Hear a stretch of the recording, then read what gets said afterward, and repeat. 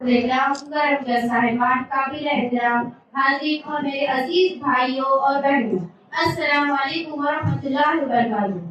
आज हम एक निहायत अहम और नाजुक मौजू पर जमा हुए हैं। ऐसा मौजू जो महज जमीन और जायदाद का मसला नहीं बल्कि हमारे दीन, तहजीब, तारीख और आने वाली नस्लों के ईमान और वक़ार से जुड़ा हुआ है। मौजू है वक्त और हमारी गफलत। वक्त वो अजीब सदक़े जारिया है जिसे हमारे दीन ने इंसानों को मरने के बाद भी नेकियों का सिलसिला जारी रखने का जरिया बनाया। ये महज ईंट और गारे की इमारतें नहीं बल्कि हमारे नस्लों की रोशनी, मसाजिद का चिराग, मदरस का सरमाया, यतीमों और मसाकीन का सहारा है।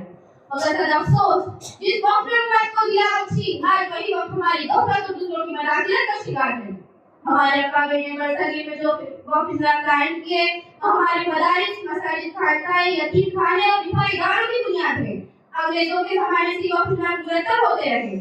1913 का मुस्लिम राइट, 1954, 1995, 2013, 2025 के दरमियान इनका मकसद बज़ाहिर वक्त का तहफ़्फ़ुज़ और बेहतर इंतज़ाम था, मगर हकीकत यह है कि वक्त गुज़रने के साथ साथ हुकूमत की मदाखलत और क़वानीन की पेचीदगियों ने इस मुक़द्दस इदारे को कमज़ोर कर दिया और मुसलमानों के दिलों में इज़्तिराब पैदा कर दिया।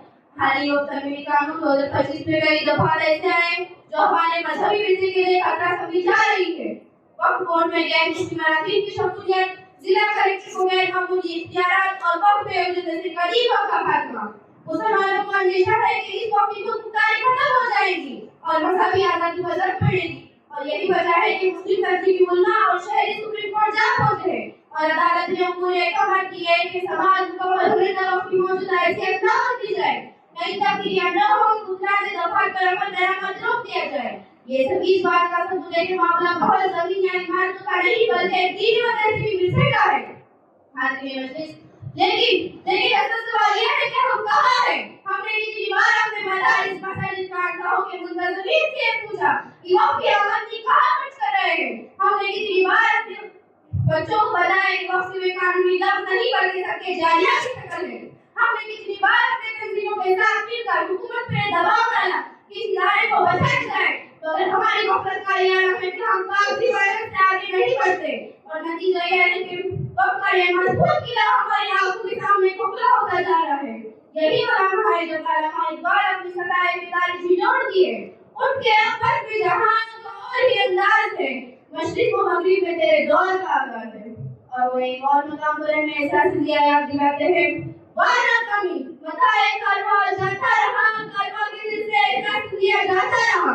ये परेशान नहीं बल्कि पैगाम है। जब हम खावे गफलत में पड़ जाते हैं तो काफिला लुट जाता है। और एक बार हमें याद दिलाते हैं कि तकदीर उन लोगों की मदद करती है जो अपनी खुदी के दायर करते हैं। खुदी को कर बुलंद इतना कि हर तकदीर से पहले, खुदी को कर बुलंद इतना कि हर तकदीर से पहले खुदा बंदे से खुद पूछे बता तेरी रज़ा क्या है। हमें इस मसले को सिर्फ सियासत खबर की सतह पर नहीं बल्कि अपनी दीन, तहजीब, तारीख और आने वाली तारीख और ईमान के तौर पर देखना होगा। ये सदक़े जारिया है, ये हमारी नस्लों की अमानत है। अगर हमने अपनी जिम्मेदारी न निभाई तो इसका मिट जाएगा और हमारी आइंदा नस्लें हमें माफ नहीं करेंगी।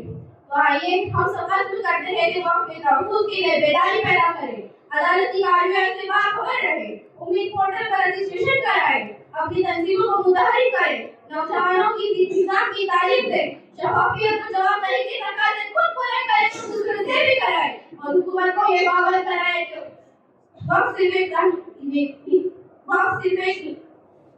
जमीन का नहीं बल्कि ईमान का मौका है। बहुत खूब जोरदार